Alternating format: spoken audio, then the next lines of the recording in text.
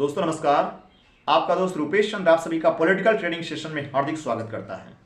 साथियों, कल हमने बात की थी व्यवस्था परिवर्तन आंदोलन के दूसरे पार्ट पर, प्रशासनिक व्यवस्था परिवर्तन, और हमने देखा था कि किस प्रकार हमारे देश में मौजूद निरंकुश स्थायी नौकरशाही, अफसरशाही देश की तमाम समस्याओं की जड़ है और किस प्रकार इस निरंकुश स्थायी नौकरशाही, अफसरशाही की वजह से ही हमारे देश की राजनीति का अपराधीकरण और दलालीकरण हुआ है।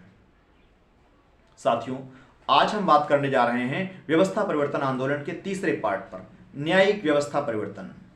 जी हां साथियों, हमारे देश की जो मौजूदा न्याय प्रणाली है, इसमें विशेषकर न्यायाधीशों की नियुक्ति की प्रक्रिया है, ये तमाम विसंगतियों से भरी हुई है। यह नियुक्ति प्रक्रिया ना तो अतार्किक है, अवैज्ञानिक है, गैर लोकतांत्रिक है, बल्कि ये भ्रष्टाचार उत्पादक भी है।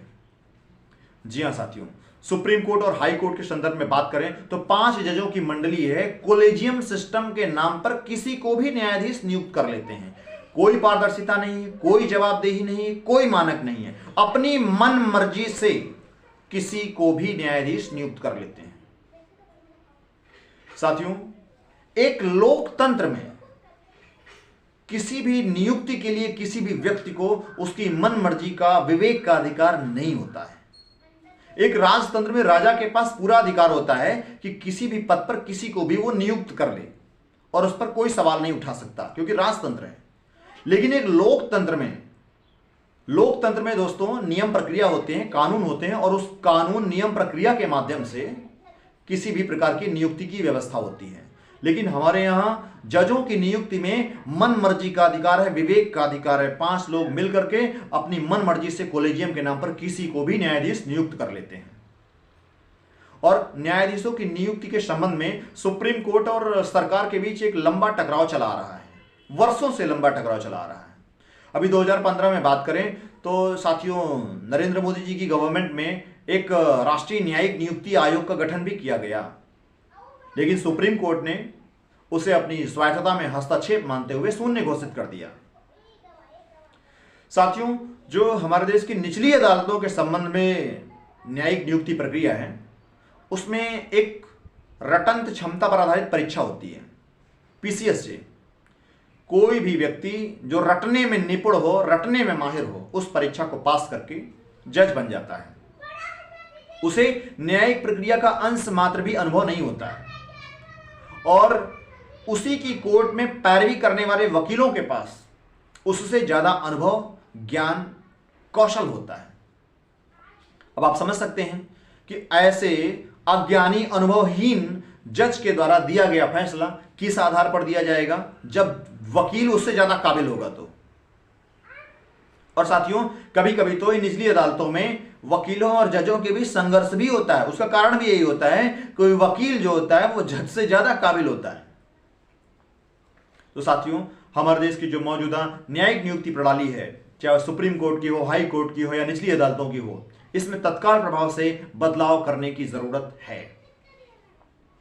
और इस संदर्भ में हमारे गुरुदेव हैं प्रोफेसर प्रमोद कुमार श्रीवास्तव, उनके नेतृत्व में, निर्देशन में हम लोगों ने लंबा विमर्श किया और उस विमर्श का निष्कर्ष ये निकला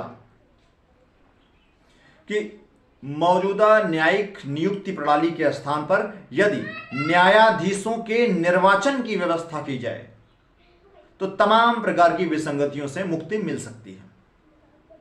जी हां साथियों, दुनिया के कई देशों में न्यायाधीशों की नियुक्ति के लिए निर्वाचन की प्रक्रिया अपनाई जाती है। अमेरिका के कई प्रांत ऐसे हैं जहां पर न्यायाधीशों का सीधे चुनाव होता है, स्विट्जरलैंड में चुनाव होता है, जापान में न्यायाधीशों का चुनाव होता है, और भारत जैसी न्यायिक नियुक्ति प्रक्रिया दोस्तों दुनिया के किसी भी देश में नहीं है।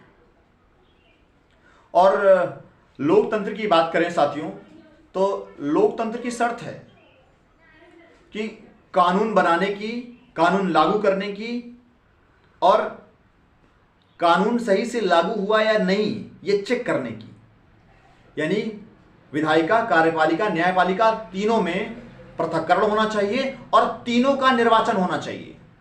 जी हां साथियों, तीनों का निर्वाचन होना चाहिए।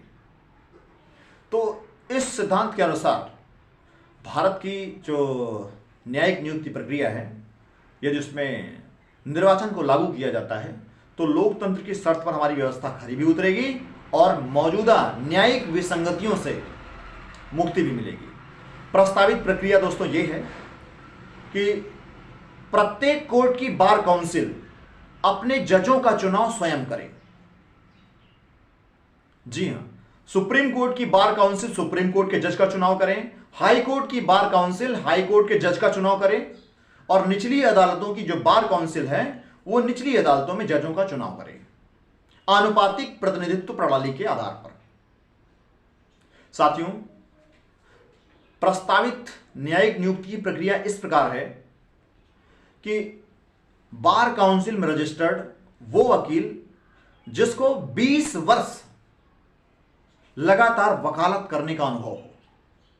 जी हां, 20 वर्ष लगातार वकालत करने का अनुभव हो और कम से कम लगातार 10 वर्ष तक वह नियमित रूप से आयकर दाता रहा हो। आयकर दाता रहने का मतलब है कि उसकी वकालत अच्छी चलती होगी, अनुभवी होगा और कम से कम 20 वर्ष लगातार वकालत का अनुभव हो। तो ऐसा वकील जज बनने के लिए प्रत्याशी हो सकता है। और बार काउंसिल में रजिस्टर्ड 5 वर्षों से लगातार वकालत करने वाले लोग वोटर होंगे, मतदाता होंगे।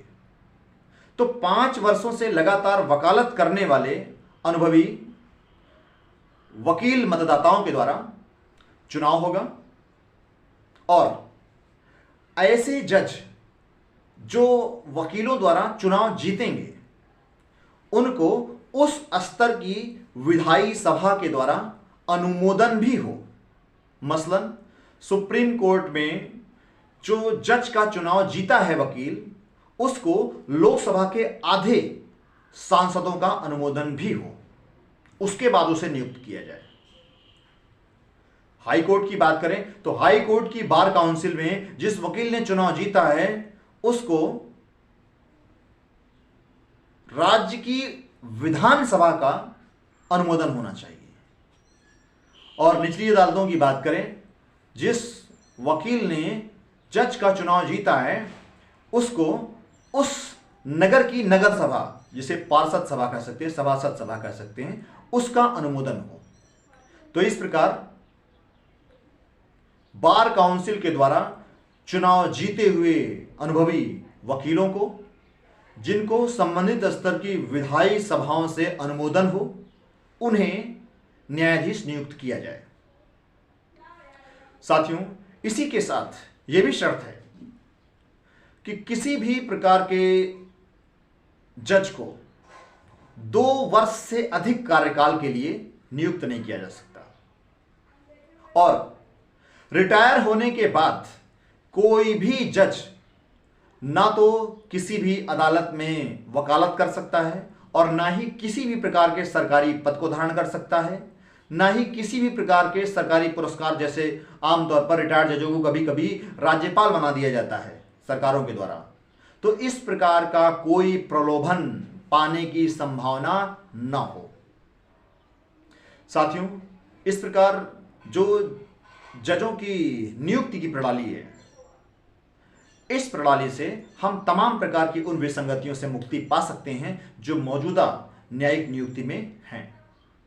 साथियों, इसमें 20 वर्ष की वकालत का अनुभव का मतलब है, आप देख सकते हैं, अगर 25 से 30 वर्ष की उम्र में कोई व्यक्ति अपनी वकालत शुरू करता है और 30 वर्ष मान लेते हैं, तो 50 वर्ष तक तो वो 20 साल के अनुभव को प्राप्त करेगा और 50 साल के बाद हो सकता है कि वो चुनाव में उतरे जज बनने के लिए। और अगर 5-5 वर्ष का कार्यकाल रखा जाएगा तो 60 वर्ष तक वो रिटायर हो जाएगा। तो आप देख सकते हैं कि एक अनुभवी, योग्य, काबिल वकीलों को जज बनने का मौका मिलेगा।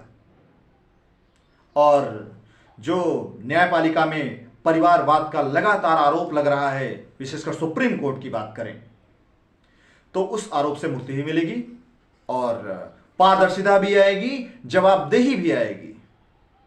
तो साथियों, आज के लिए इतना ही। अगले दिन हम बात करेंगे व्यवस्था परिवर्तन के चौथे पार्ट पर, शिक्षा में व्यवस्था परिवर्तन। नमस्कार।